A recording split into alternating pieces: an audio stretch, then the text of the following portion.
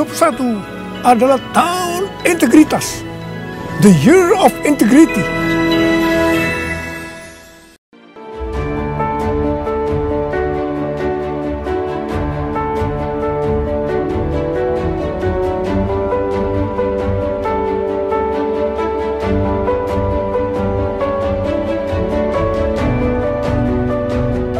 Persembahan dan perpuluhan dapat ditransfer melalui BCA 857 050 5000 atas nama GBI Musi Palem Indah atau scan barcode QR kode GBI Musi Palem Indah. Tuhan Yesus memberkati. Shalom saudara, puji Tuhan kita bersama-sama berjumpa kembali. Saya percaya saudaraku yang kasih Kristus, di menara doa inilah banyak hal yang Tuhan kerjakan di tengah-tengah kita. Baik secara pribadi kita, bahwa Tuhan akan ubah hidup kita sehingga ada buah roh, karakter ilahi, karakter Kristus semakin tumbuh di dalam diri kita. Di menara doa ini kita doakan, kita minta memang. Selain daripada itu, di menara doa ini juga Tuhan mau berikan kita karunia roh. Saudara, karunia roh, karunia hikmat, pengetahuan, nubuatan, karunia mujizat, karunia kesembuhan ilahi, itu karunia semua.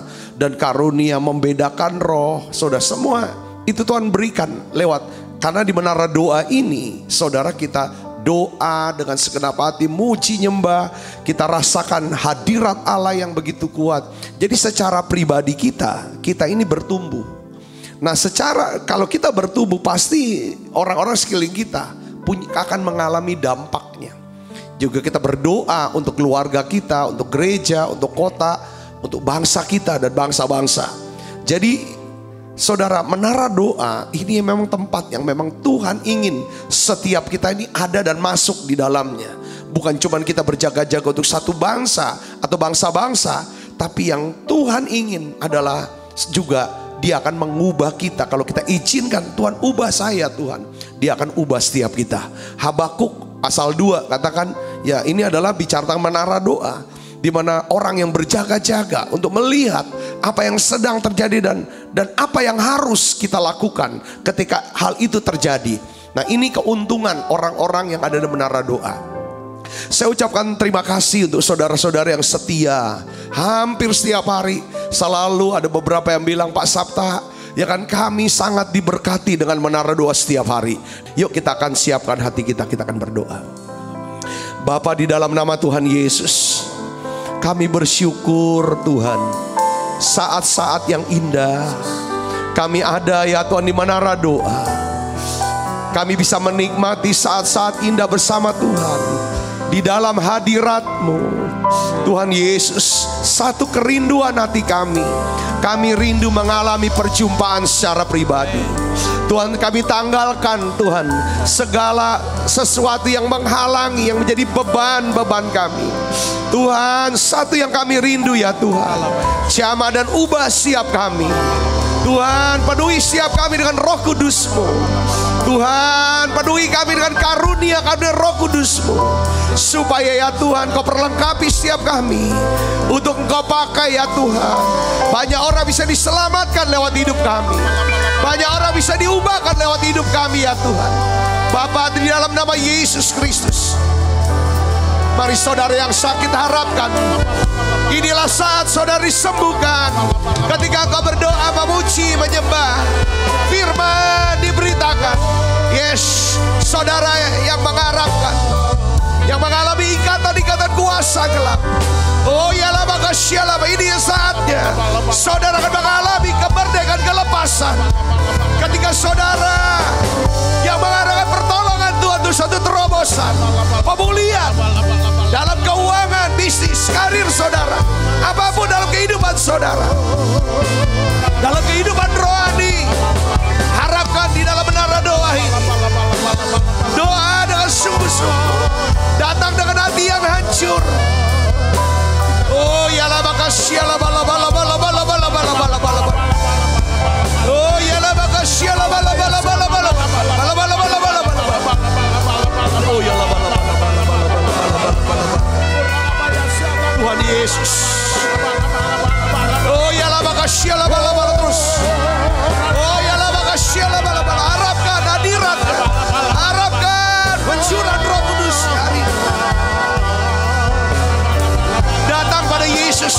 pada Dia. Oh ya lama kami datang Tuhan. Kami datang.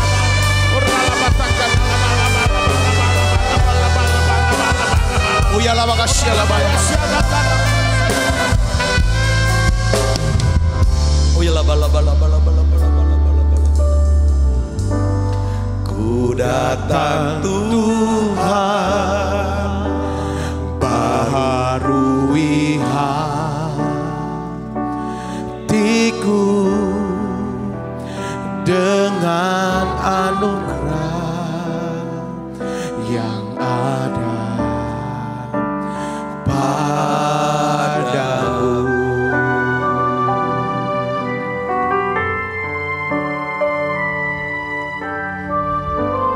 Kini ku tahu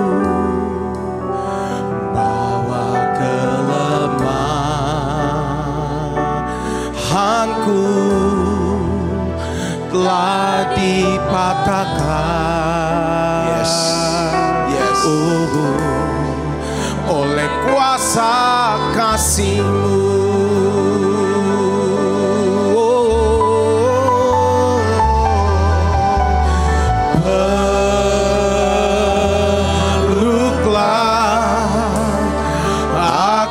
Dalam kasih-Mu, bawaku dekat padamu.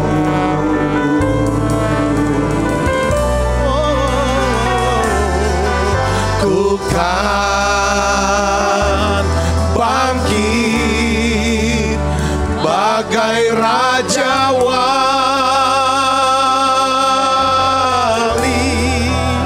terbang bersama-Mu, Roh-Mu memimpinku, oleh kuasa kasih-Mu. Mari dari awalnya kita katakan, ku datang Tuhan, haleluya. Ku datang Tuhan, baharui hatiku dengan anugerah yang ada padamu.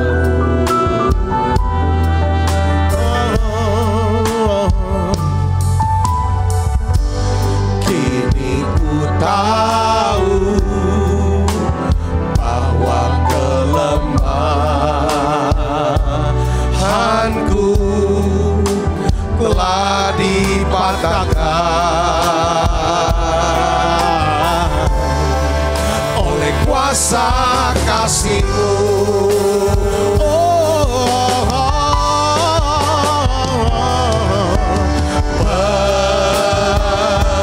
Peluklah aku dalam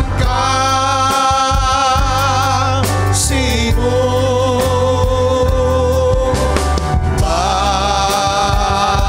bawaku dekat padamu.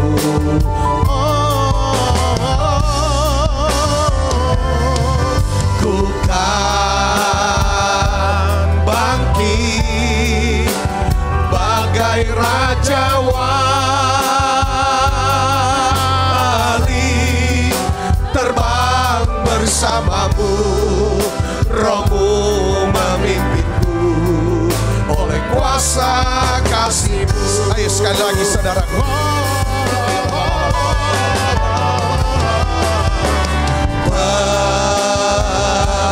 Peluklah aku dalam kasih-Mu, bawaku dekat padamu.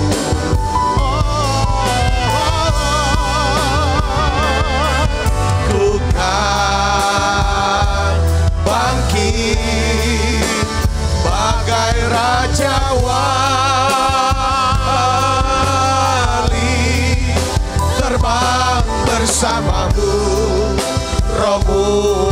memimpinku oleh kuasa kasih-Mu.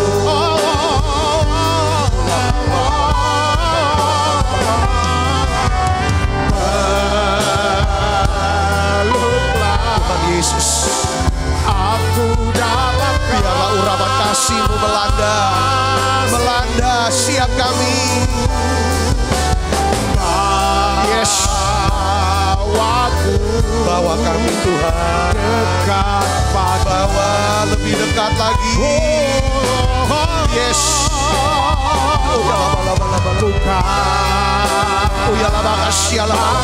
bangkit saudaraku bagai Raja terbang bersamamu, Roh-Mu memimpinku oleh kuasa. Sekali lagi, oh ya Bang, mari buka suaranya, naikkan nyanyian ini saudara. Peluklah aku dalam kasih-Mu,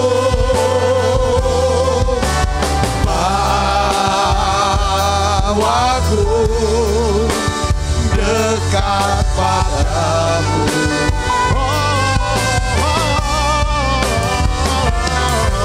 Ku kan bangkit bagai Raja Wali,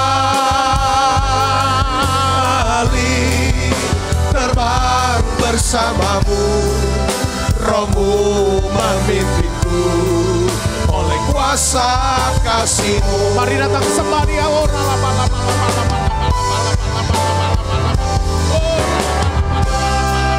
Tuhan, peluk siap anak-anak-Mu, peluk siap kami Tuhan, dengan urapan kasih-Mu ya Tuhan, urapan kasih yang dicurahkan oleh Roh Kudus.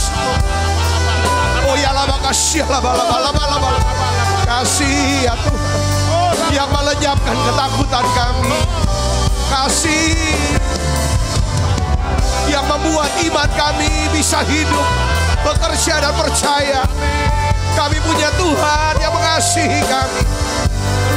Kami punya Tuhan yang mengasihi kami. Karena Tuhan mengasihi kami, Tuhan pasti tolong kami, Tuhan pasti sembuhkan kami, Tuhan pasti pulihkan kami. Buka suaranya saudara. Peluklah aku dalam kasih-Mu, bawaku dekat padamu.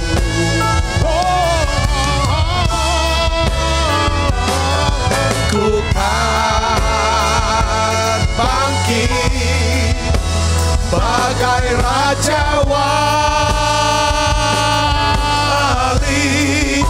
terbang bersamamu, Roh-Mu memimpinku oleh kuasa kasih-Mu.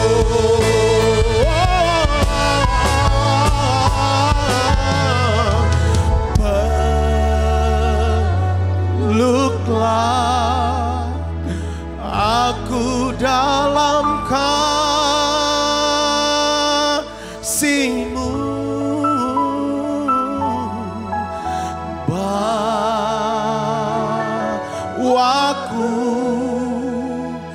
dekat padamu.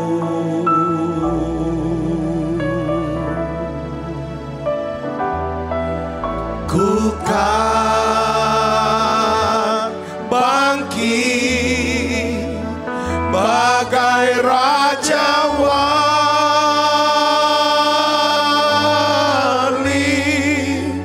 terbang bersamamu, Roh-Mu memimpinku oleh kuasa kasih-Mu.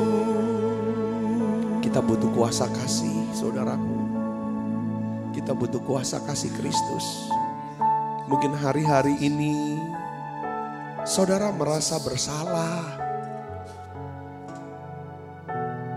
Saya diingatkan mungkin saudara seorang yang menyebabkan orang lain jadi tertular lalu meninggal dunia. Sedang saudara tetap sehat dan sembuh. Saudara bersalah dan orang itu adalah orang yang saudara kasihi. Saudara merasa bersalah, saudara terpukul. Banyak orang-orang tertular karena engkau. Saya mau berdoa buat saudara ini. Kalau saudara hadir di sini, Tuhan, saudara butuh kuasa kasih. Kuasa kasih yang bisa melenyapkan rasa bersalah ini. Rasa menyesal ini. Biarlah Roh Kudus akan bukakan pikiranmu. Bahwa Tuhan turut bekerja. Tuhan turut bekerja. Hari ini Bapak, aku berdoa, kuatkan anakmu ini Tuhan. Jamah anakmu ini Yesus. Tuhan hibur anakmu ini. Roh Kudus, biarlah kasih Bapak curahkan dalam hati anakmu ini Tuhan. Biarlah ya Tuhan sembuhkan, pulihkan. Tuhan ganti duka ya Tuhan menjadi sukacita. Bapak, aku berdoa dalam nama Yesus kekuatan penghiburanmu Tuhan. Mungkin saudara hari-hari ini kering, jauh dari Tuhan, cemas. Oh, kita butuh kuasa kasih ini. Aku berdoa ya Bapak dalam nama Yesus. Lawat anak-anakmu ini ya Tuhan. Mereka yang ada ya Tuhan, dirancang-rancang ya Tuhan. Mereka diisolasi. Aku minta ya Tuhan kuasa kasih yang melenyapkan ketakutan, kuasa kasih yang membuat mereka percaya bahwa penyakit ini tidak membawa kematian, tapi itu menyatakan kemuliaan Allah. Untuk mengubah siap kami memiliki karakter Kristus, makin dekat dengan Tuhan, makin mengasihi Tuhan, dan siap untuk dipakai berbuah lebat. Aku berdoa ya Bapa dalam nama Yesus. Biarlah ya Tuhan kami sama-sama berkata, tiada sepertimu Yesus. Tiada seperti Kau ya Tuhan, yang telah menjamah segenap hatiku. Tak seorang pun di dalam hidup ini seperti Kau Tuhan. Tiada seperti Kau yang telah menjamah segenap hatiku. Tak seorang pun di dalam hidup ini seperti Kau Tuhan. Kasih-Mu seperti sungai mengalir, kuasa-Mu menyembuhkan. Air mata pun Engkau hapuskan. Tiada seperti Kau, tiada seperti Kau, yang telah menjamah segenap hatiku. Tak seorang pun di dalam hidup ini seperti Kau. Saya mau berdoa untuk saudara yang sedang berjuang melawan kesembuhan penyakit kankernya. Tuhan, aku berdoa dan aku sepakat berdoa bersama dengan anak-anak-Mu yang ada di menara doa ini, yang sedang berjuang ya Tuhan melawan daripada penyakit kanker ini, berjuang untuk kesembuhan melawan sakit kankernya. Aku berdoa ya Tuhan bersama dengannya ya Tuhan. Ayo sepakat saudaraku, di dalam nama Yesus yang mengasihi saya, di dalam nama Yesus yang mengasihi saya Saya terima kesembuhan ini. Sebab oleh bilur Yesus saya telah disembuhkan. Yesus telah tanggung bukan cuma dosa saya, tapi juga segala penyakit dan kelemahan saya. Tuhan, aku berdoa dalam nama Yesus, saudara terima kesembuhan ini. Terima kesembuhan ini. Lihat saudara bisa disembuhkan. Lihat engkau panjang umur. Kau lanjutkan kehidupanmu. Kau lanjutkan pelayananmu. Terima kasih Tuhan, terima kasih. Aku berdoa untuk setiap anak-anakmu yang sedang berjuang untuk kesembuhan autoimun, stroke, sakit tumor ginjal, jantung ini saudara. Aku berdoa dalam nama Yesus jadi sembuh sekarang. Terima kasih Tuhan, terima kasih. Tuhan, aku minta damai sejahtera-Mu turun untuk setiap anak-anak-Mu ini Tuhan. Tuhan, aku berdoa untuk Indonesia khususnya Tuhan. Tuhan, biarlah pandemi ini cepat berlalu ya Tuhan. Dalam nama Yesus, ya Tuhan, program daripada vaksinasi berjalan lancar ya Tuhan. Berjalan lancar dan cepat ya Tuhan. Semua ya Tuhan divaksin. Dan Indonesia sembuh. Dalam nama Yesus, Tuhan pakai vaksin ini Tuhan. Kau pakai para dokter-dokter. Tuhan urapi mereka untuk kesembuhan. Berkat-Mu turun untuk presiden kami. Dan juga ya Tuhan Menteri Kesehatan. Untuk ya Tuhan menangani kesehatan ini. Dalam nama Yesus, semua orang yang terlibat ya Tuhan di dalamnya. Kami berdoa untuk Amerika ya Tuhan. Biarlah Amerika di masa-masa ya Tuhan kritis sekarang. Tuhan, biarlah ya Tuhan Kau bawa Amerika kembali kepada Yesus. Bawa bangsa ini kembali kepada Tuhan Yesus. Sesuai dengan tujuan pendirian bangsa ini. Negara ini ya Tuhan. Berdasarkan Alkitab. Aku berdoa ya Bapak, revival terjadi atas Amerika. Pakai hamba-hambamu khususnya yang ada di UPT ya Tuhan. Untuk yang memberkati Amerika. Menuai jiwa-jiwa di Amerika ya Bapak. Terima kasih Allah Roh Kudus. Terima kasih Tuhan Yesus. Terima kasih banyak Bapak. Kami berdoa Indonesia aman. Amen. Indonesia damai. Indonesia sejahtera. Terima kasih Tuhan, bangkit ekonomi Indonesia. Tuhan, segala bencana alam, Tuhan hentikan bencana alam ini. Dalam nama Yesus, gunung Merapi tidak akan meletus. Gunung-gunung yang lain tidak akan meletus. Dalam nama Yesus, terima kasih Tuhan. Tuhan pulihkan bangsa kami. Pulihkan gereja-gerejamu. Tuhan lindungi gerejamu, para hamba-hamba Tuhan. Lindungi jauh ya Tuhan. Tidak ada yang kena ya Tuhan COVID-19 ya Bapak. Terima kasih Tuhan, terima kasih. Berkat-Mu turun untuk kota kami Palembang. Jemaat-Mu ya Tuhan Rayon 15. Berkat-Mu turun untuk mereka semuanya. Terima kasih banyak Bapak. Dalam nama Yesus.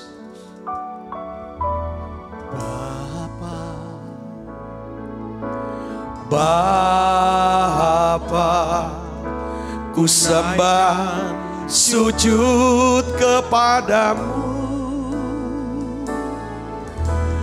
Bapa,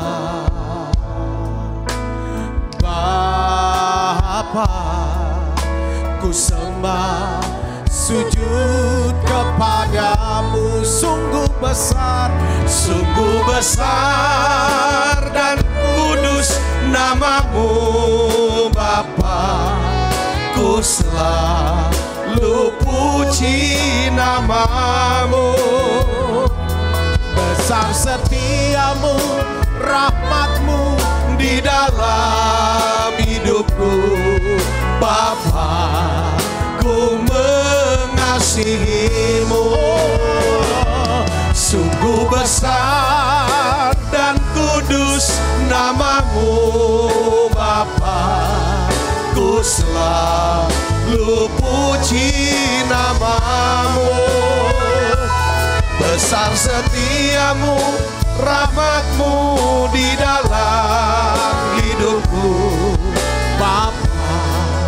Ku mengasihi. Tuhan, aku berdoa secara khusus Tuhan. Aku tahu Tuhan Kau mengasihi setiap anak-anak-Mu ini Tuhan. Semua anak-anak-Mu yang terbaring sakit ya Tuhan. Khususnya ya Tuhan yang sedang berjuang untuk kesembuhan dari virus corona ini Tuhan. Aku minta uluran tangan-Mu ya Tuhan. Jamah siap anak-anak-Mu ini Tuhan. Sembuhkan mereka. Dalam nama Yesus. Tuhan terima kasih, beri iman untuk disembuhkan ya Tuhan. Terima kasih, terima kasih. Tuhan juga berikan ya Tuhan urapan kasih-Mu yang dapat melenyapkan segala kekhawatiran, kegelisahan, kecemasan. Sehingga ya Tuhan anak-anak-Mu bisa tenang di masa-masa istirahat ini. Mendekatkan diri kepada Tuhan, mencari wajah Tuhan. Terus ya Tuhan, lagi ya Tuhan, lebih kenal Tuhan lebih dalam lagi. Kami percaya Tuhan punya rencana yang indah untuk mendatangkan kebaikan buat setiap kami ya Tuhan, yang mengasihi Tuhan. Aku berdoa ya Tuhan, kami percaya semua yang sakit Tuhan sudah sembuhkan, yang lemah Tuhan sudah kuatkan, bahkan yang susah Tuhan hiburkan, terikat Tuhan lepaskan. Terima kasih Tuhan, berkat-Mu turun untuk setiap kami ya Bapa. Terima kasih, urapi kami, beri kami telinga untuk bisa mendengar apa yang Tuhan mau katakan. Berikan hati yang bisa percaya ya Tuhan, yang bisa mengerti, pikiran yang taat.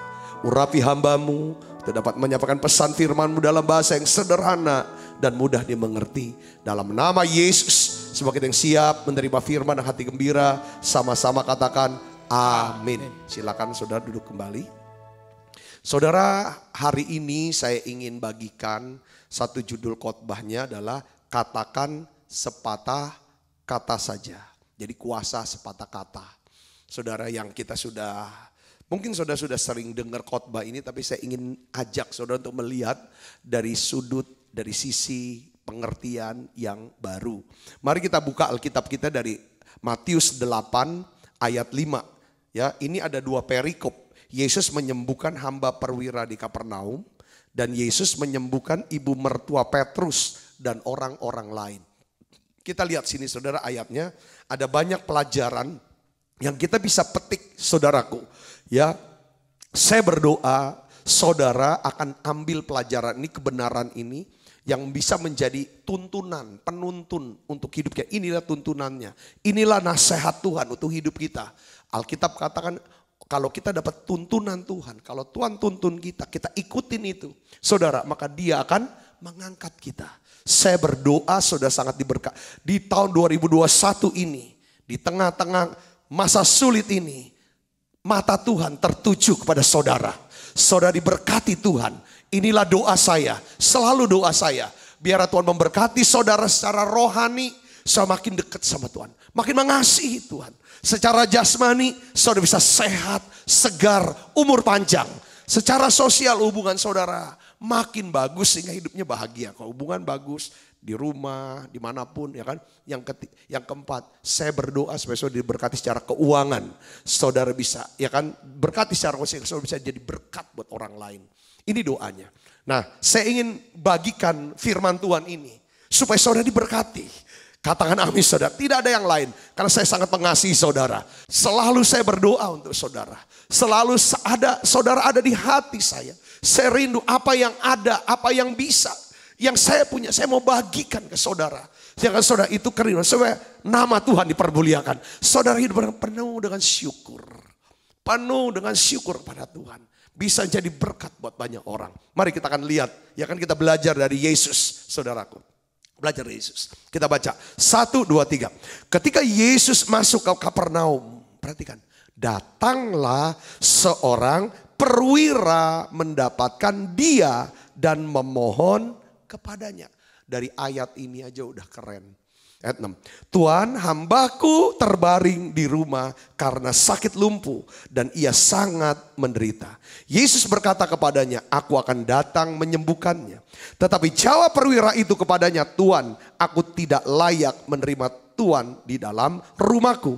Katakan sepatah kata saja, maka hambaku itu akan sembuh. Sebab aku seorang bawahan dan di bawahku ada pula prajurit. Jika aku berkata kepada salah seorang prajurit itu pergi, maka ia pergi. Dan kepada seorang lagi datang, maka ia datang. Ataupun kepada hambaku kerjakanlah ini, maka ia mengerjakannya. Setelah Yesus mendengar hal itu, apa saudara? Heranlah ia dan berkata kepada mereka yang mengikutinya, aku berkata kepadamu, sesungguhnya iman sebesar ini tidak pernah aku jumpai pada seorang pun di antara orang Israel. Ayat 11, aku berkata kepadamu, banyak orang akan datang dari timur dan barat, duduk makan bersama-sama Abraham, Ishak dan Yakub di dalam kerajaan sorga. Ayat 11 ini bicara apa? Saudara dan saya yang bukan orang Yahudi, yang berbahasa Indonesia. Ini ayatnya, saudaraku. Tuhan bilang, akan ada banyak. Ini bukan orang Yahudi yang duduk makan bersama Abraham, Ishak dan Yakub. Dahsyat banget. Ini pengharapan kita, saudaraku. Ini yang Yesus bilang. Sedangkan ayat 12, anak-anak kerajaan. Siapa anak-anak kerajaan? Orang Israel, orang Yahudi. Bangsa yang menerima firman Tuhan. Di sini dikatakan, ya kan, akan dicampakkan ke dalam kegelapan yang paling gelap. Di sanalah akan terdapat ratap dan kertaki. Karena apa? Enggak percaya. Punya firman, enggak percaya. Saudara, ya. Ayat 13, lalu Yesus berkata kepada perwira itu. Perwira ini bukan orang Yahudi. Sama seperti kita. Bukan bangsa Yahudi. Saudara, Tuhan berkata apa? Pulanglah, jadilah kepadamu seperti yang engkau percayai. Maka pada saat itu juga sembuhlah hambanya. Hati-hati loh saudara dengan apa yang saudara percayai. Di sini dikatakan apa saudara? Ya, jadilah, ya, jadilah kepadamu seperti yang engkau percayai. Saya mau berdoa supaya saudara percaya kepada janji Tuhan. Percaya kepada firman Tuhan. Percaya kepada apa yang Tuhan katakan. Katakan, dan itu akan jadi. Jangan percaya pada hal yang negatif. Perkataan yang negatif, perkataan yang jahat, perkataan yang buruk, tentang bencana dan lain sebagainya. Gak usah dipercaya. Karena apa? Apa yang kita percaya, itulah yang terjadi. Ini perkataan Yesus sendiri saudara. Dan memang Ayub pun berkata sebaliknya. Apa yang aku takuti, ketakutan adalah percaya hal yang negatif terjadi. Itu yang menimpa aku. Saudara, nah ini penting ya kan. Kita lihat lagi saudara kisahnya. Tadi tentang perwira. Ya, ayat 14 kita baca sama-sama. Setibanya di rumah Petrus, Yesus pun melihat ibu mertua Petrus terbaring karena sakit demam. Maka dipegangnya tangan perempuan itu, lalu lenyaplah demamnya itu. Ia pun bangun dan melayani dia. Kalau saudara sudah disembuhkan, saudara harus bangun imannya. Harus punya target pertumbuhan dan apa? Melayani dia. Bentuk melayani adalah satu tindakan ucapan syukur karena Tuhan sudah tolong kita. Kalau saudara sudah diberkati, sudah disembuhkan, sudah dipulihkan, apakah saudara ada ucapan syukur kepada dia? Saudaraku. Nah, terus ayat 16. Menjelang malam dibawalah kepada Yesus banyak orang yang kerasukan setan. Dan dengan apa saudara katakan sama-sama? Dengan apa? Sepatah kata. Yesus mengusir roh-roh itu dan menyembuhkan orang-orang yang menderita sakit. Hal itu terjadi supaya genaplah firman yang disampaikan oleh Nabi Yesaya. Dialah yang memikul kelemahan kita dan menanggung penyakit kita. Saudara lihat di sini ya. Kita melihat bahwa ada seorang perwira yang di Kapernaum. Dia datang mendapati Yesus dan memohon kepada Yesus.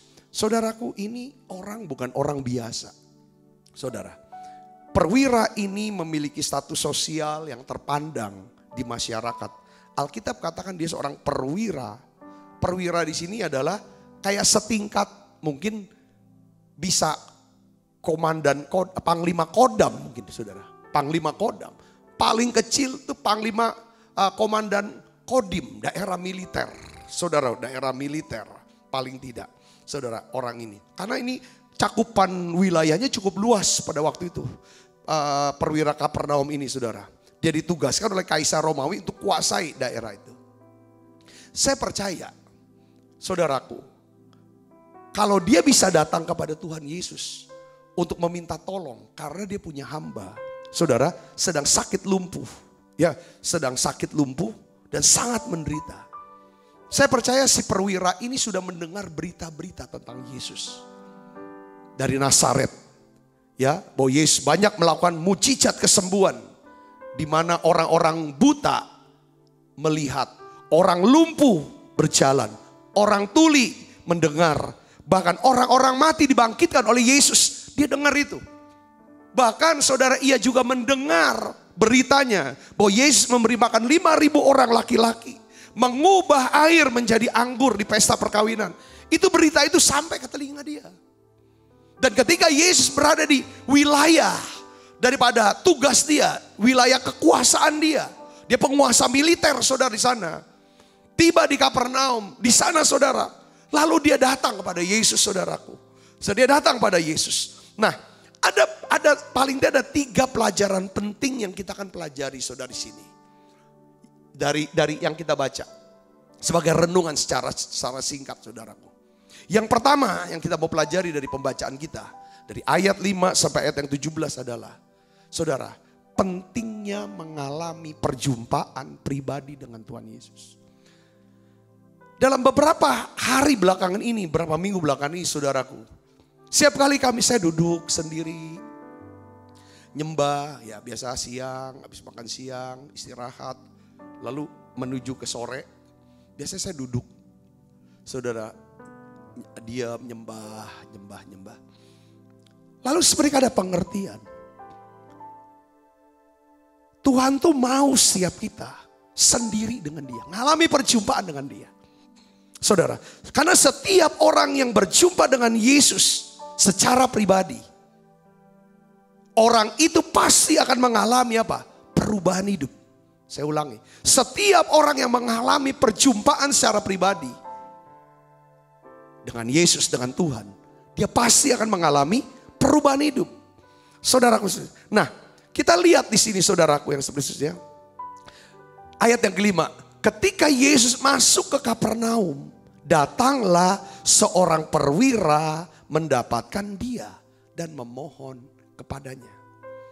Jadi perwira ini saudara datang kepada Yesus. Saya lihat ya sebenarnya berjumpa dengan Tuhan Yesus itu mudah. Tapi bisa jadi sulit saudaraku. Bila mana kita masih memiliki apa? Keangkuhan. Berupa apa? Gengsi dan ego. Saya nggak bicara soal tentang datang ibadah. Semua orang bisa datang ibadah. Semua orang bisa ikut menara doa. Tapi tidak semua orang bisa ngalah di tengah-tengah ibadah, di tengah-tengah menara doa, di tengah-tengah kita doa bareng, ibadah bareng, nyembah bareng. Tidak semua orang mengalami perjumpaan pribadi dengan Tuhan. Ini yang saya maksud. Hanya tokoh-tokoh Alkitab, hamba-hamba Tuhan yang mengalami perjumpaan pribadi dengan Tuhan. Mereka inilah yang hidupnya diubah dan mengubah banyak orang. Kata kuncinya di sana. Saudaraku. Nah, perwira Kapernaum ini dia mengalami perjumpaan pribadi dengan Tuhan. Dia datang kepada Tuhan, dia bisa datang sama Tuhan itu sebenarnya mudah. Tapi bisa jadi sulit kalau kita tidak tanggalkan. Kita bisa lihat di sini saudara. Bagaimana mungkin seorang perwira Kapernaum itu kok bersedia datang kepada Tuhan Yesus. Coba sekarang kita lihat saudara. Kembali kedudukan dan latar belakang perwira ini. Kalau perwira Kapernaum ini bisa datang pada Yesus. Itu artinya apa saudara? Dia sudah berhasil mengatasi, menaklukkan segala halangan-halangan. Yang bisa menghalangi dia untuk mengalami perjumpaan pribadi dengan Tuhan. Kayak saya gini saudara ya. Waktu belum pandemi. Setiap kali saya ibadah khotbah di ibadah raya, entah doa pengurapan. Saya tuh suka atekol, saudara. Saya suka atekol. Kenapa saya harus atekol? Ini sebagai satu respon. Saya mau minta respon dan tanggapan daripada jemaat. Setelah dia nyembah, dia muji, dia dengar firman. Ayo maju depan. Untuk didoakan. Saudaraku, kadang saya melihat ada orang-orang yang sulit untuk maju ke depan. Tidak mudah, sebenarnya mudah datang Tuhan. Tetapi bisa jadi sulit. Kenapa kok gak mau pergi, gak mau datang? Pak, kalau saya maju ditumpangin tangan, kalau saya jatuh apa kata orang? Saya dinasehatin jangan maju ke depan, apalagi nangis di depan. Malu tau gak? Kita ini siapa nih? Kita ini kan orang di Palembang nih orang. Ya mungkin, ya itu. Saya bisa ngerti, ini penjelasannya saya mau jelasin. Gak gampang saudara. Gampang, tapi gak gampang. Kalau halangan, karena banyak halangan. Si perwira ini bisa datang sama Tuhan. Karena apa? Kita lihat di sini. Dia berhasil mengatasi halangan apa? Supremasi ras. Supremasi suku. Si perwira ini penjajah loh. Dia penjajah, dia bukan suku Yahudi. Yahudi adalah bangsa yang dijajah. Penjajah mau datang sama yang dijajah. Ini artinya saudara, si perwira ini udah menang. Satu halangan lewat. Halangan yang kedua apa? Saudara, dia ini punya status sosialnya tinggi. Penguasa militer. Saudaraku, orang pangkat, punya kedudukan, punya jabatan, punya pangkat di wilayah itu. Mestinya cukup panggil aja. Kirim ajudan. Tapi saudara, dia datang ke Tuhan. Saudaraku, dia datang. Ini artinya dia menang. Saudaraku, banyak kan orang kalau sudah sangat berkuasa mungkin. Baik kadang itu atribut-atribut soal tentang suku, bangsa. Wah, aku sukunya ini, nggak mungkin laku nih. Tentang jabatan, pangkat. Ini kadang-kadang bisa menghalangi kita. Status sosial, oh aku lebih tinggi, nggak mungkin lah aku mau ditumpangin tangan. Gitu. Kadang-kadang kalau kita merasa kita punya jabatan tinggi, kita sudah terlalu tinggi, sulit untuk kita bisa datang sama Tuhan. Gak gampang, kita datang sama Tuhan kan lewat hamba Tuhan. Didoakan dan lain sebagainya. Tapi sebaliknya saudara, ada banyak, saya ketemu dengan pejabat yang punya pangkat cukup tinggi. Itu duduk selalu di tengah, di belakang. Kalau atekol selalu maju, tumpangin tangan. Wow. Saudaraku, kadang-kadang di sini penting. Ketemu Tuhan mudah, tapi bisa jadi sulit. Padahal kita harus ngalami perjumpaan dengan Tuhan tiap hari. Karena kita mau kan terus bertumbuh, berubah. Perubahan harus tiap hari. Gak bisa perjumpaan cuman 10 tahun yang lalu. 1 tahun yang lalu gak bisa. Tiap hari harus ngalami ini. Makanya harus banyak dicopotin. Semua atribut-atribut. Atribut soal suku. Atribut soal status sosial. Dan kita lihat lagi di sini saudara. Ya, dia berhasil mengatasi halangan supremasi apa? Usia. Gender. Saudaraku bagaimana?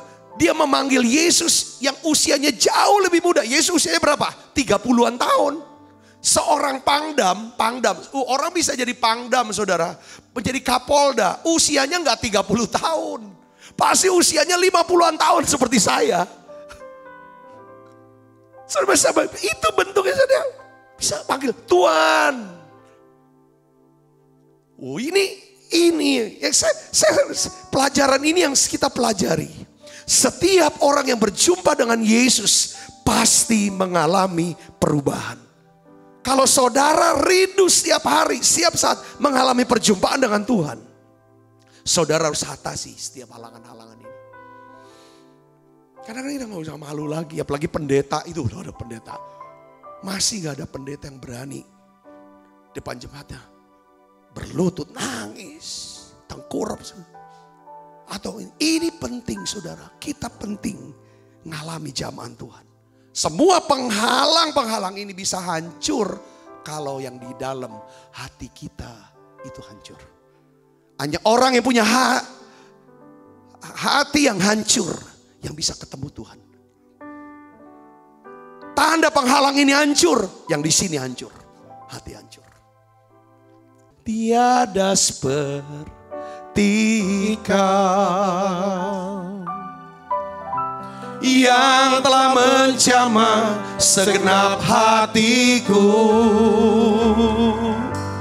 Tak seorang pun di dalam hidup ini seperti Kau, Tuhan.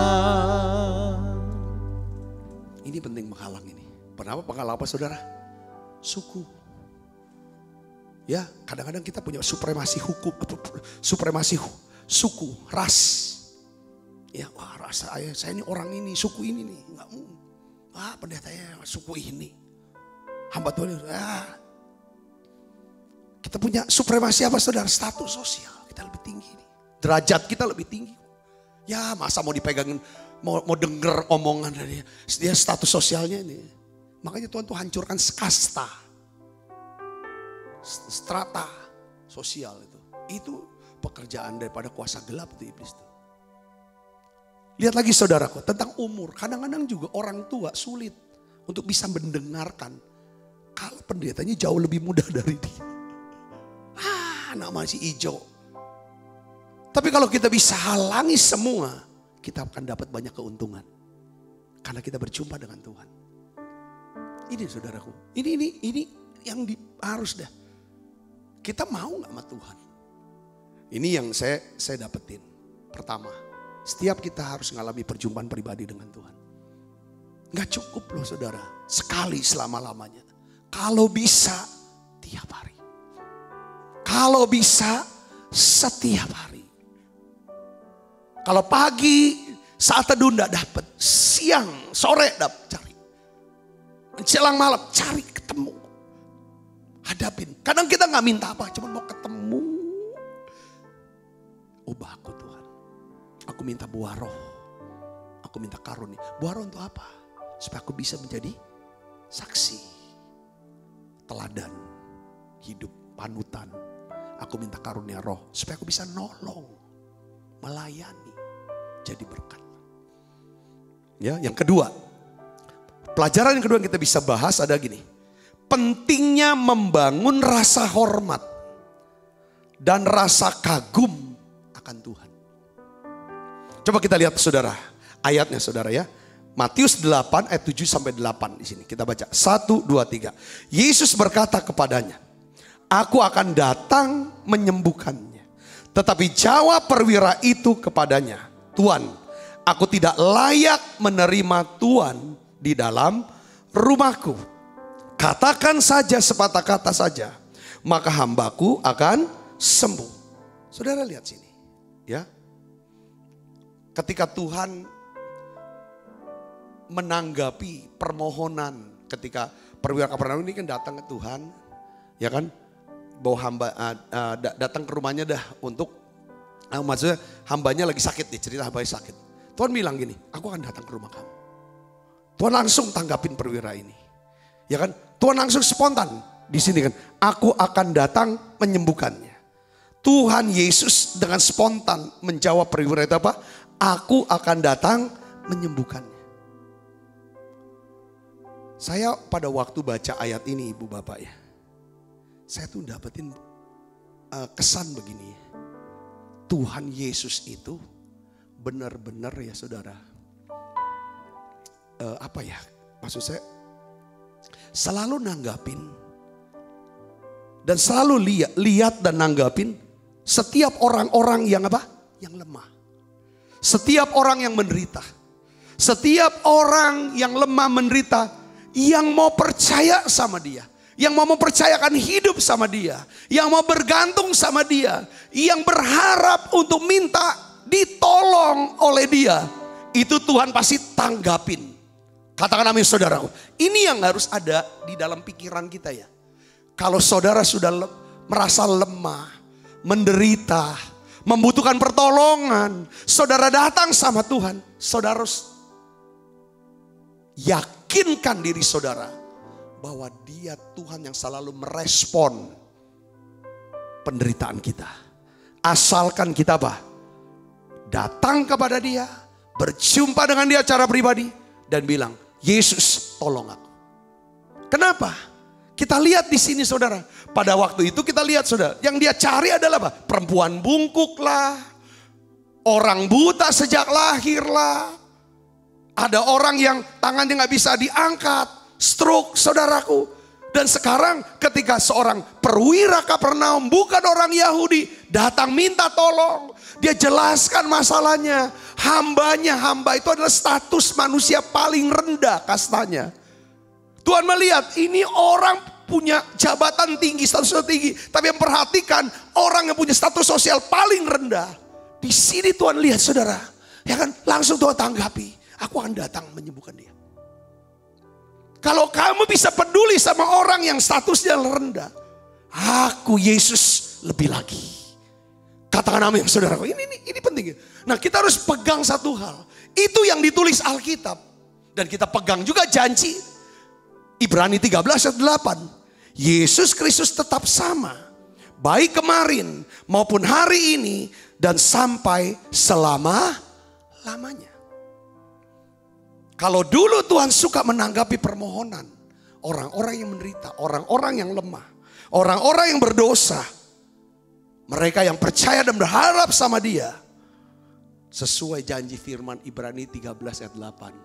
Hari ini juga, kalau saudara yang hadir di menara doa, saudara sedang mengikuti menara doa ini, saudara bilang, Tuhan, aku sedang susah, aku sedang menderita, aku sedang lemah, aku butuh pertolongan Tuhan. Dengar baik, Dia akan merespon, Dia akan menolong saudara. Yang percaya katakan amin. Yang percaya katakan amin. Nah, ini yang apa namanya? Yang kerennya lah pakai bahasa sehari-hari. Yang kerennya. Ketika Yesus bilang, aku datang untuk menyembuhkan kamu. Apa jawaban daripada si perwira ini? Perwira ini bilang, hamba Tuhan, hambaku sedang sakit lumpuh. Dia sangat menderita. Dia cuma ngomong gitu doang. Yesus mau datang ke rumahnya. Jawaban si perwira ini keren banget tuh. Apa dia bilang? Tuhan, aku tidak layak menerima Tuhan di dalam rumahku. Aku tidak layak menerima Tuhan di dalam rumahku. Yesus kagum saudara. Ya kan? Yesus kagum dengan imannya. Saya mau melihatnya begini saudaraku yang kasih Kristus. Ya. Rupanya nih si perwira ini saudara. Kenapa saya bilang punya rasa kagum sama Tuhan? Dia kata-kata ini saya dapetin pengertiannya begini saudara. Tuhan, aku tidak layak menerima Tuhan di dalam rumahku. Saudara coba lihat. Kenapa kok gak layak terima Tuhan? Tuhan di rumahnya. Rumahnya gubuk atau bukan? Apa gubuk rumahnya? Ya enggak. Pasti rumah seorang panglima. Panglima Kodam. Rumah dinas seorang Kapolda. Bukan gubuk lah. Pasti rumahnya besar dan mewah. Apa maksud omongan dia ini? Dia mau ngomong begini. Engkau lebih besar. Engkau begitu agung. Engkau begitu mulia. Dibanding rumahku. Dibanding jabatanku. Dibanding kekayaanku.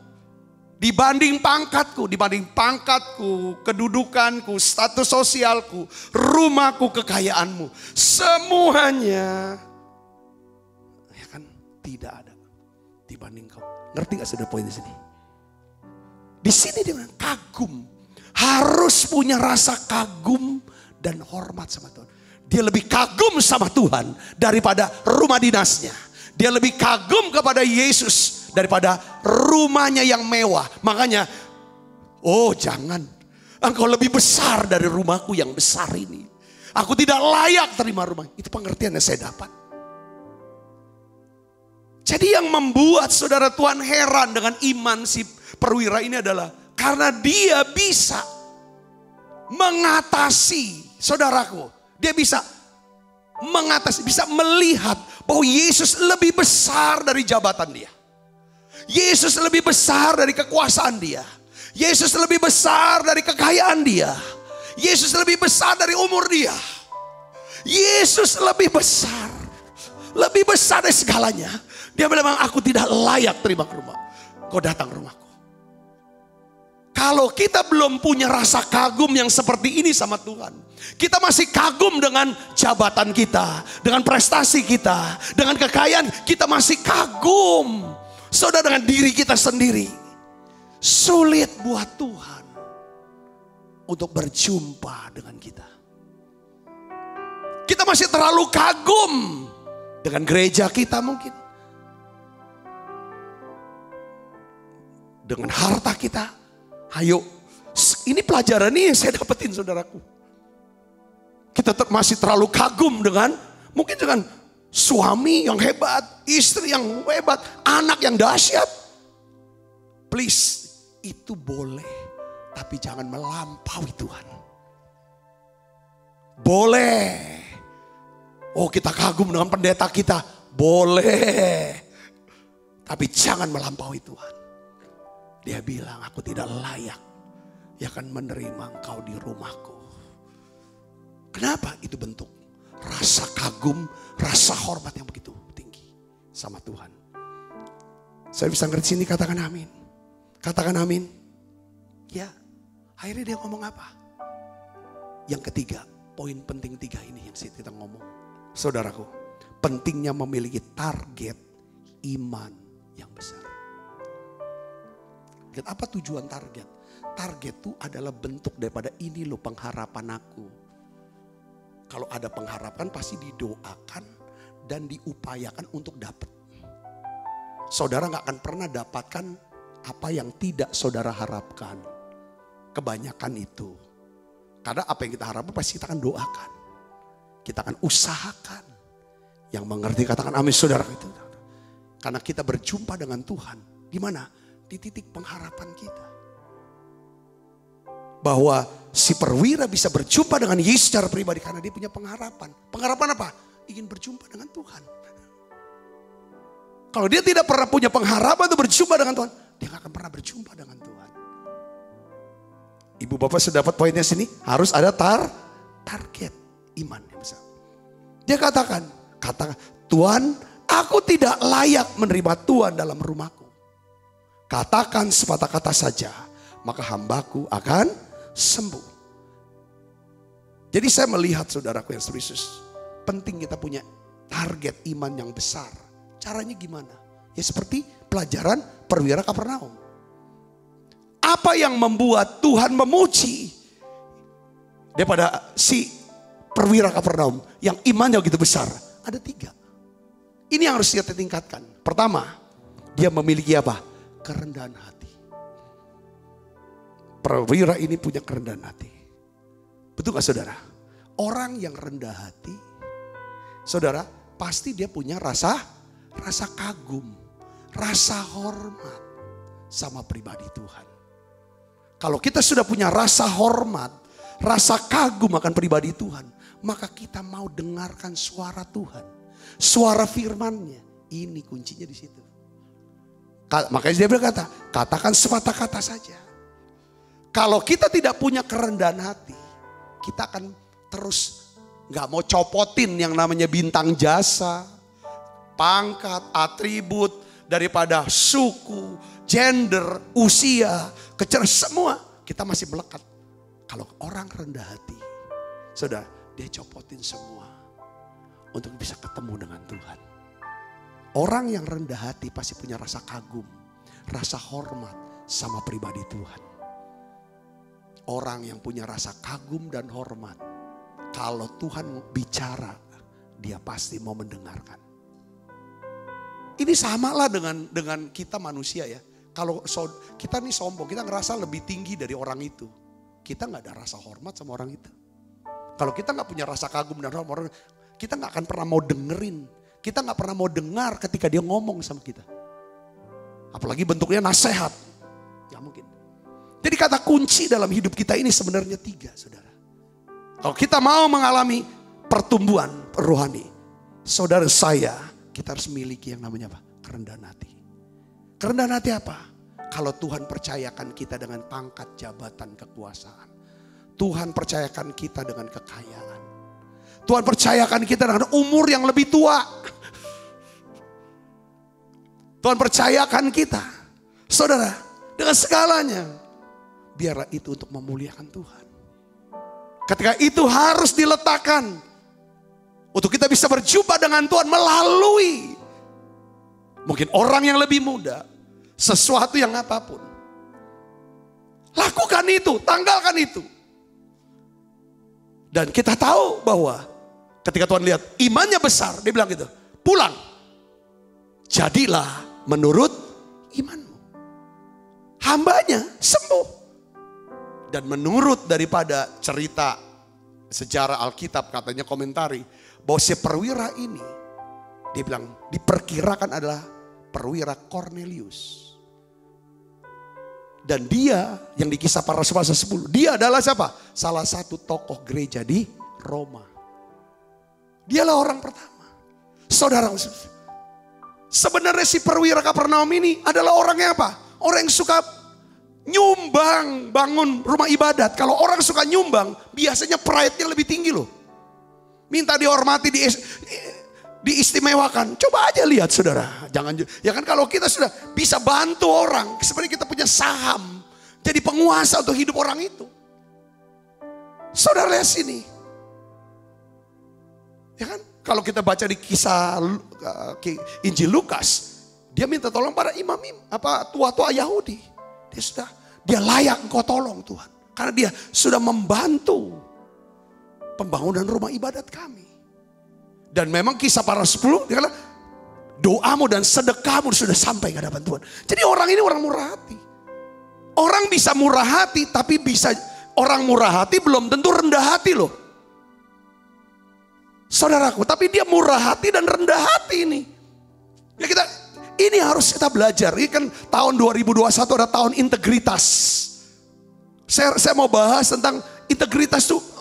Kita lihat bagaimana hal-hal yang ada di Alkitab ini sebenarnya. Lebih daripada cuma sekedar jujur. Tapi ada hal-hal yang aspek lain. Integritas itu seperti kayak diamond, kayak berlian. Banyak sisinya yang harus kita bahas. Saudaraku, ketika dia bilang aku tidak layak datang ke rumahmu, perwira ini sedang menunjukkan bahwa dia seorang yang rendah hati. Perwira ini seorang berkuasa daerah itu, saya ulangin. Rumahnya bukan gubuk, rumah dinas seorang penguasa militer, pasti rumah yang besar. Tapi dia berkata, Tuhan, aku tidak layak menerima Tuhan di dalam. Ini rendah hati banget. Perwira ini menunjukkan bahwa dia punya rasa kagum, rasa hormat kepada pribadi Yesus. Melebihi daripada rumahnya yang besar. Saya udah jelasin tadi. Saudara lihat sini. Ketika dia berkata, katakan sepatah kata saja, maka hambaku akan sembuh. Perkataan perwira ini menunjukkan bahwa ia seorang yang percaya kepada perkataan Tuhan Yesus, firman Tuhan. Memang yang kita butuhkan dalam hidup kita ini adalah apa? Sepatah kata. Ketika saudara berbeban berat. Ketika saudara dihantui dengan rasa bersalah. Rasa malu. Yang saudara butuh. Bukan kata-kata motivasi manusia. Tapi sepatah kata yang keluar dari mulut Allah. Sepatah kata itu apa? Yesus. Yesus. Kita mungkin sudah banyak mendengar perkataan dari berbagai pihak. Namun kalau kita tidak mengalami perubahan, keadaan kita tidak mengalami perubahan, ketahui dan sadarlah bahwa kita membutuhkan apa? Sepatah kata. Sepatah kata itulah adalah siapa? Yesus. Kita butuh Yesus. Waktu dia bicara, aku mengasihimu. Ketika dia berbicara berbisik, kamu sembuh. Kamu sembuh. Ketika berkata, aku sertai kamu. Wah, itu benar-benar seger di hati kita. Dia bisa berbicara kalau saudara ketemu dia. Kalau kita ketemu dia secara pribadi. Bukan ramean. Memang bersama-sama untuk bisa datang. Tapi harus ketemu pribadi. Untuk bisa ketemu pribadi. Copotin dulu semua atribut halangan-halangan itu. Kerendahan hati. Harus ada kerendahan hati. Harus punya rasa hormat dan kagum sama Tuhan. Beberapa di antara saya dapat kesaksian. Saya bahkan di video ini. Ya kan? Saya tidak bisa sebut namanya. Saya kagum, masih kagum. Jadi setiap hari sekeluarga besar ikut menara doa online. Kalau ikut menara doa, kalau kita bilang bangkit berdiri, semua sekeluarga berdiri. Duduk. Lalu selesai menara doa online rame-rame, lipat tangan begini, berkata, terima kasih Pak Sabta. Saya nggak tahu. Saudara Kristus, ini bicara tentang apa? Rasa kagum dan hormat. Ini membuat iman kita jadi hidup. Kerendahan hati, rasa kagum dan hormat pada Yesus. Ya kan? Karena melalui orang-orang yang Tuhan pakai untuk kita bisa ketemu Yesus. Ini yang membuat iman kita makin hidup. Saudara, baru setelah itu kita bisa nyimak kata demi kata dari Tuhan yang disampaikan lewat hambanya. Kita tidak akan pernah bisa dengar sepatah kata kalau kita tidak punya rasa hormat dan rasa kagum akan Tuhan. Rasa kagum ini muncul karena ada kerendahan hati yang kita copotin ini semua. Dan kadang-kadang ini yang namanya kerendahan hati perlu ada pertumbuhan. Saya tutup dengan contoh siapa? Panglima Naaman. Panglima Naaman adalah orang nomor 2 saudara di Aram. Setelah Raja Aram dia. Orang berkuasa. Sangat berkuasa. Sangat kaya. Tetapi saudara kalau dia pulang rumah. Dia copot bajunya. Dia ada kusta. Saudara apa yang terjadi? Saudara dia punya budak perempuan. Budak kecil. Orang Yahudi. Bukan orang Arab. Budak. Status sosialnya rendah sekali. Di bawah, paling bawah. Bicara sama istri Naaman. Di Israel ada nabi. Ada nabi bisa sembuhkan Tuhan. Saudara, istrinya bicara sama Naaman. Naaman mau dengar sepatah kata dari budaknya. Dia izin sama raja pergi ke Samaria, ke Israel. Untuk ketemu Nabi Elisa. Elisa kirim sepatah kata lewat Gehazi. Dia dengar. Awalnya memang dia gusar. Memang harus ada pertumbuhan rohani di sini. Dia masih sampai level rendah hatinya yang mau dengar. Itu supaya dia bisa datang. Lalu dia langsung diajar lagi sama ajudannya.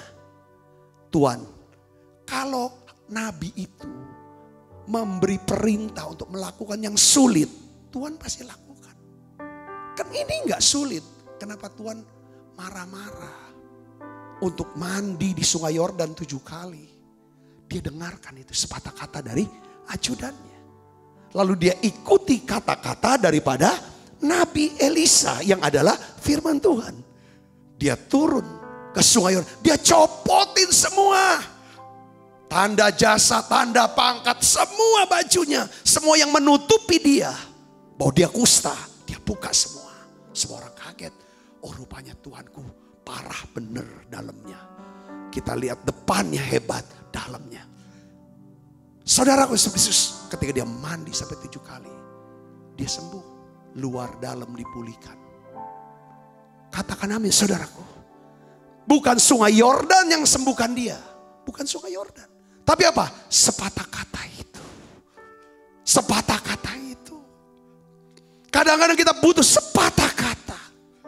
Yang bisa membangkitkan lagi semangat kita yang sudah pudar. Iman kita yang sudah lemah.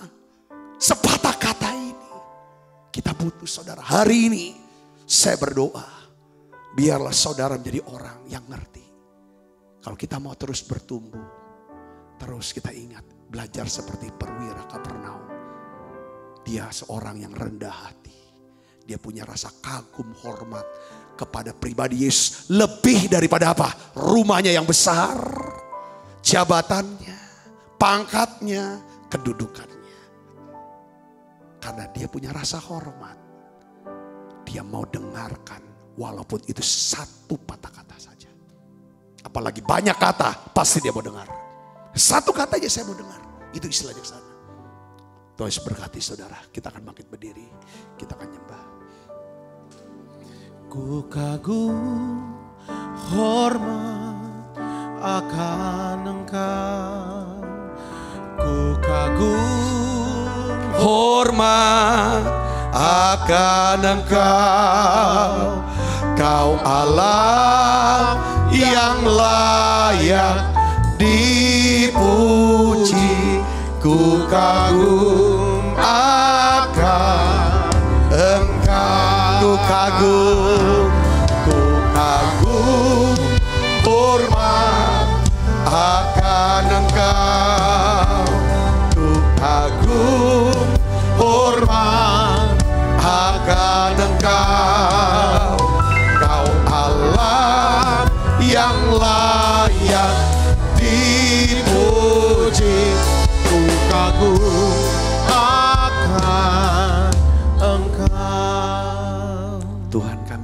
Tuhan ubah kami.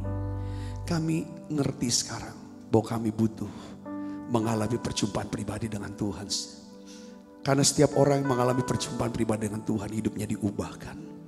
Biar Engkau ubah kami Tuhan. Ubah kami. Ubah hidupku ya Tuhan. Ubah keadaan kami. Ubah bangsa kami. Ubah gereja-Mu Tuhan.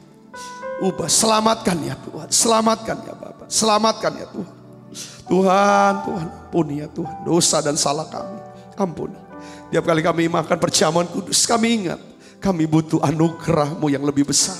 Kami butuh kasih karunia-Mu ya Tuhan. Kami butuh kesabaran, pengampunan-Mu ya Tuhan. Keselamatan dari-Mu ya Tuhan. Kami butuh ya Tuhan, kesembuhan dari Tuhan. Terima kasih Tuhan, terima kasih. Kami mau tanggalkan semua ya Tuhan. Beban dosa, semua atribut dalam hidup kami. Untuk kami alami perjumpaan dengan, beri kami rasa kagum, rasa hormat kepada pribadi Tuhan. Lebih daripada segala yang lain. Lebih daripada segala yang lain. Terima kasih Tuhan, terima kasih. Terima kasih. Biarlah ya Tuhan, kami seorang yang merindukan untuk mendengarkan. Selalu mempertajam pendengaran kami ya Tuhan. Untuk mendengarkan suara firman-Mu ya Tuhan. Terima kasih Tuhan, terima kasih. Sebab apa yang telah kuteruskan kepadamu telah kuterima dari Tuhan. Yaitu bahwa Tuhan Yesus pada malam waktu diserahkan mengambil roti. Dan sudah itu ia mengucap syukur atasnya. Ia memecah-mecahkan dan berkata, inilah tubuhku yang diserahkan bagi kami.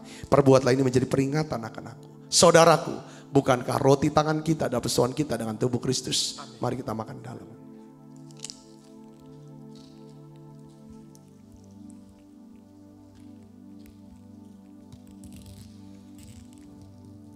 Angkat cawan. Demikian juga yang mengambil cawan sudah makan dulu berkata, cawan ini adalah perjanjian baru dibentarkan oleh darahku. Perbuatlah ini setiap kali kamu meminumnya menjadi peringatan akan aku. Saudaraku, bukankah cawan perjanjian ini yang atasnya kita ucapkan syukur. Ada persoalan kita dengan darah Kristus. Mari kita minum dalam nama Yesus. Terima kasih Tuhan. Terima kasih untuk kasih-Mu. Terima kasih untuk pengurapan-Mu hari ini. Haleluya. Mari naikkan pujian ini bersama-sama, katakan terima kasih.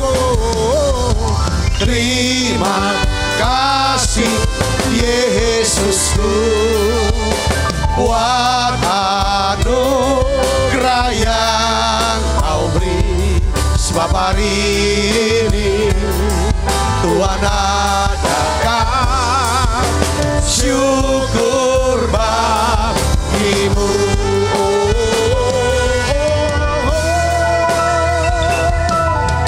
Terima kasih Yesusku buat anugerah yang Kau beri. Sebab hari ini Tuhan adakan syukur bagimu.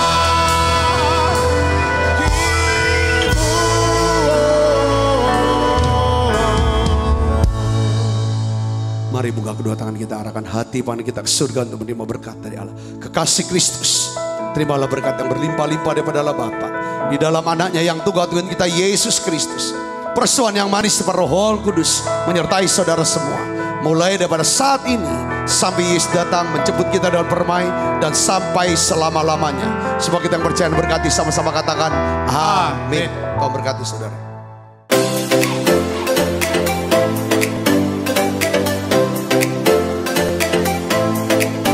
Setiap anak berharga di mata Tuhan dengan talenta dan kecerdasannya masing-masing. Sekolah Bethesda menciptakan lingkungan pendidikan yang menyenangkan untuk mengembangkan kecerdasan majemuk setiap anak dengan pendidikan berdasarkan Kristus dan Alkitab. Kegiatan belajar melalui bermain. Berfokus pada anak, bukan pada target kurikulum. Fasilitas dan prasarana yang mendukung.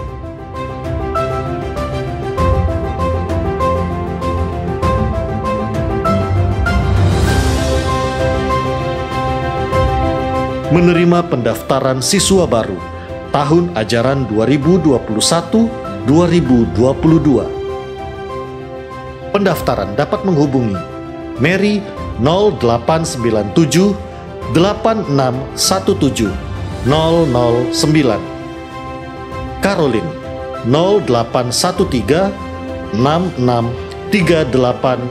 3377.